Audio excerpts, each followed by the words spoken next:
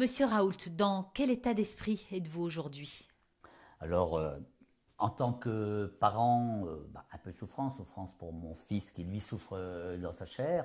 Donc, c'est pas facile, on s'y attend pas, hein. Les attentats, c'est les autres. Là, tout d'un coup, non, ça vient frapper à la porte de ma famille.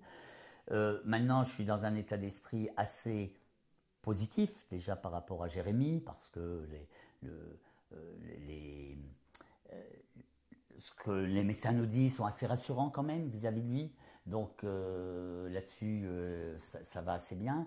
Après, on prend un peu de recul sur ce qui se passe, sur l'événement, etc. Et c'est vrai que je lis à des endroits des personnes qui parlent du côté, qui répondent à la haine par de la haine, qui voudraient que tous les fichiers S soient emprisonnés parce qu'ils n'ont pas resté envie de ça. Et là, quelque part, ça me fait mal. Pourquoi? Aussi, parce que on ne répond pas à la haine par de la haine. Et bien sûr qu'il y a de la souffrance, bien sûr que c'est douloureux, mais je pense que chacun d'entre nous, on a le devoir d'aller puiser au fond de nous une force d'amour pour ne pas tomber dans ce travers. Parce que si on tombe dans ce travers, on répond à leurs demandes, on leur donne raison. Ils ont bien raison de faire ça, si ça marche, si ça nous détruit. Parce que la haine, ça détruit, hein, ça ne construit pas. Je souhaiterais, c'est vraiment ce que je cherche au fond de moi, c'est peut-être pas toujours facile, mais de rester positif, de rester dans la construction. Moi, je veux un monde où on s'accepte les uns les autres avec nos différences, et surtout avec nos différences, parce que si on était tous pareils, quelle horreur. Et donc c'est ça qui me paraît important. Et puis, alors ce qui pourrait me mettre vraiment en colère aussi, c'est lorsque j'entends des hommes ou une femme politique faire cet amalgame avec l'islamisme, dire oui c'est normal, ils ont laissé construire les mosquées au milieu des villes, c'est un amalgame intolérable. Et j'ai l'impression, c'est ça qui me met en colère, j'ai l'impression qu'elle utilise ma douleur de père, qu'elle utilise la souffrance de mon fils pour faire passer ses idées nauséabondes de mon point de vue. Et ça me met en colère. La colère, c'est pas vis-à-vis de ce ce fanatisme. terroriste? Voilà, c'est pas vis-à-vis. Et je me l'interdis, en plus de ça. Alors, peut-être ce serait facile d'aller de ce côté-là, la colère. Peut-être ça me soulagerait, je créerais un bon coup, je râlerais, je gueulerais, et puis on repart. Je pense que ce ne serait pas responsable. Euh, Racontez-nous comment vous avez vécu cette soirée, parce que vous disiez tout à l'heure, on pense toujours que ça n'arrive qu'aux autres. Comment l'avez-vous vécu? Eh bien, Comment l'avez-vous appris? ouais. Alors, ça a été une longue nuit blanche. On est avancé petit à petit. En effet, les attentats, c'est toujours les autres. Donc, on l'a pris, comme beaucoup de personnes, à la météo, à 9h moins 5. La première réaction, c'est oui, il est à Strasbourg, mais c'est pas possible, il n'était pas là, quoi. Les attentats sont les autres. Et au fur et à mesure que les heures avançaient, que les informations arrivaient, qu'on a pu voir sur son site Facebook, mon fils disait qu'il serait au Savon d'Hélène le soir-là, l'angoisse monte un peu plus. On s'est dit, oui, peut-être lui aussi, et qu'il ne répond pas au téléphone, etc. Je vous passe les détails, mais on a réellement su qu'il avait été victime de l'attentat à 4h30 grâce aux réseaux sociaux, Facebook entre autres et Twitter, où une amie de mon fils a pu nous dire il était là-bas, il a été blessé. Bon, après, il y a eu toute la cellule qui a été mise en place par le ministère, au ministère de l'Intérieur, qui a fait un énorme travail pour essayer de rapprocher, est-ce que c'est bien lui, etc. Et j'ai pu rentrer en contact avec l'hôpital vers 6h du matin à peu près. Donc, confirmation vers 4h30 que votre fils était bel et bien à l'hôpital Haute-Pierre de Strasbourg. 16h30, j'ai une confirmation officieuse par 6h30. Un ami. Non, 4h30. 4h30. 4h30, une confirmation officieuse par une amie de mon fils. Le temps qu'il mette en place, qu'il vérifie, il a fallu qu'il localise son téléphone pour voir si c'était bien lui. À la finale, pour dire oui, c'est bien lui qui est à l'hôpital, ça a mis, je vous dirais, vers 6h du matin. Moi, je savais que c'était lui, eux aussi, mais il a fallu qu'on aille sur place, vérifier de visu que c'était bien notre fils qui était là. Donc, vous avez pu voir votre fils au lendemain matin de l'attentat. Oui. Vous n'avez pas eu l'envie de partir directement à Strasbourg?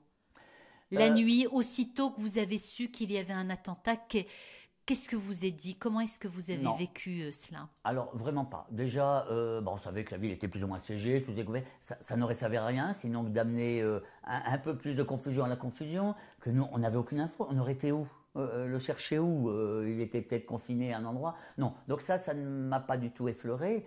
Par contre, à partir de 4h30, on savait oui, mais pour ça, il fallait que je sache dans quel hôpital il était, etc. Donc là, c'est là où il y a eu une très bonne communication de la part de cellules qui nous ont accompagnés pour savoir. Et puis après, ben, à 6h, quand on a eu l'hôpital, ils nous ont dit de toute manière, on ne vous donnera des renseignements que sur place, on ne donne aucun renseignement au téléphone. Donc, ben oui, ben là, on s'est mis en mouvement pour aller à l'hôpital. Qu'est-ce qu'on vous a dit sur ce qui s'était passé? Sur les événements en On soi. vous a dit, les médecins vous ont dit, voilà, il avait une balle à tel endroit. Ah, tout à fait. Ça, Qu'est-ce qu'on vous a dit quand on est venu, quand on est arrivé, oui, à l'hôpital, tout à fait, on a été reçu par le chef de service qui nous a expliqué ben, euh, son état, son diagnostic. Donc, en effet, il a eu une balle dans la carotide, les risques que ça pouvait prendre par la suite, qu'il l'avait mis dans un sommeil profond pour un repos total, et puis qu'on verrait vendredi ben, s'il y avait des séquelles ou non, et puis mais qu'il avait bon espoir que euh, les repères qu'il avait étaient plutôt positifs et on reste dans cet état d'esprit positif et puis on va avancer petit à petit par étapes. De toute manière, ça ne sert à rien de prévoir les choses, hein, on prend comme ça vient. Demain, votre fils va être réveillé. Euh, Qu'est-ce que vous allez lui dire? Oh, c'est très très... Je ne sais pas encore, bonjour bien sûr, je vais lui dire, bien revenu parmi nous, mais je ne sais pas, il a été parmi les premières victimes, il est tombé tout de suite, il a dû perdre conscience très très rapidement, donc il ne sait pas qu'il y a eu des attentats, je pense qu'il ne sait même pas qu'il a reçu une balle, il ne sait pas ce qui s'est passé. Et donc je ne sais pas je sais pas exactement qu'est-ce qu'on doit lui dire. Est-ce qu'il faut le mettre dans le bain? Est-ce qu'il faut lui amener tous les journaux qui se rendent compte? Il faut qu'il intègre aussi ça, un événement dont il est un des acteurs principaux et qu'il n'a absolument pas vécu. C'est un peu ça. Bon, je compte sur les équipes médicales aussi pour nous accompagner hein, dans ce chemin, parce que pour se reconstruire, je pense qu'il a besoin de mettre des mots dans son histoire. Bien sûr. Une dernière question. Vous pouvez nous expliquer ce qu'il faisait, Jérémy, au savon d'Hélène Oui, bien sûr. Donc Jérémy est musicien professionnel. Il est donc sur Strasbourg depuis 3 ans et demi, où il joue dans différents groupes, il donne des cours de musique, etc. Et ce soir-là, il y avait une tribune libre. Une scène ouverte. Une scène ouverte, voilà, tout à fait, avec, comme ils font assez souvent, ou avec des concerts. Donc il était là avec l'un de ses groupes pour jouer le soir-là. Et que faisait-il dehors alors? Eh ben, a priori, si j'ai bien compris, ils étaient sortis fumer une cigarette. Au mauvais endroit, au mauvais moment en fait. Quelquefois la vie est étrange. Hein. Tout à fait. Alors là, voilà, c'est les aléas de la vie. On se trouve au mauvais endroit, au mauvais moment, un concours de circonstances, de choses. Et ben c'est comme ça. Et quelque part, et les médecins nous l'ont dit, et je veux bien croire, dans son malheur, il a de la chance, quoi. Et ça aurait pu être bien pire. On a bien vu, hein, il y en a d'autres où c'est pire. Et ben c'est comme ça. C'est avec ça qu'il faut avancer, c'est avec ça qu'il faut se construire. Il ne faut pas refuser ce qui nous arrive, quoi. Hein, et on se construit avec tous ces événements et ses bons côtés et mauvais côtés. Vous avez suivi, j'imagine, les précédents attentats terroristes. Oui. C'est vrai que souvent on dit ça peut être partout, à Strasbourg, à Épinal. Bien sûr.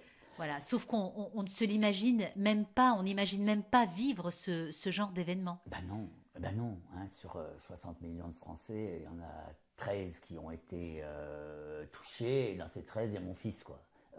Bien évidemment, je veux dire, statistiquement, il y a peu de chances. Mais voilà, ça arrive, c'est comme ça. Mais bien évidemment que ça prend une autre dimension. Avant, c'est les attentats, c'est l'aspect politique de l'attentat qui nous met en mouvement, qui nous fait penser, qui nous fait réfléchir, etc. Là, il y a une dimension individuelle, une dimension personnelle qui prend le dessus et qui oblige à avoir une autre réflexion. Et où je pense, c'est ce que je vous disais tout à l'heure, qu'on a l'obligation d'aller puiser autre chose que de la haine au fond de soi. On ne peut pas rester avec ça. Et Et ça me paraît important, quoi. C'est peut-être aussi une manière d'avancer et de tenir le coup, parce qu'il faut aussi, c'est pas le moment en tant que parent de craquer, quoi. Ça, on n'a pas le droit, il faut qu'on l'accompagne lui. Donc, Avec un message de paix que vous tout, voulez faire passer, tout à de fait. vivre ensemble. Tout à fait. Ça, pour moi, c'est vraiment très important. Alors, le vivre ensemble, c'est un état d'esprit. Et puis, au-delà de là, alors si on repart sur la sphère politique, hein, au sens large, hein, pas du tout partisane, hein, sphère politique, on a des outils. Il y en a un, il s'appelle la laïcité. La laïcité, c'est bien un outil pour apprendre à vivre ensemble, malgré nos différences et nos pensées philosophiques, religieuses différentes. Et je souhaite vraiment que cette laïcité, elle prenne de plus en plus de place dans notre République. Et concernant ce terroriste, au vu de ce que vous savez sur lui, quel regard vous portez? Eh bien, étonnamment, j'en porte quasiment pas. Autant peut-être sur d'autres attentats, etc. Oui, j'ai entendu à la radio. Oui, sur celui-là, je ne sais pas si j'occulte, hein, peut-être encore une fois une manière de me protéger. Ça m'intéresse pas. J'ai pas envie de m'intéresser à lui. J'ai pas envie de, comment dire, j'ai pas envie de le connaître, quoi. Vous n'avez pas envie d'essayer de le comprendre. C'est Ah trop non, vous de le demander. comprendre, ce serait le prendre en moi. Ça voudrait dire que je prends en moi sa haine. Sûrement pas. Je ne comprendrai jamais ces haines. Je ne comprendrai pas.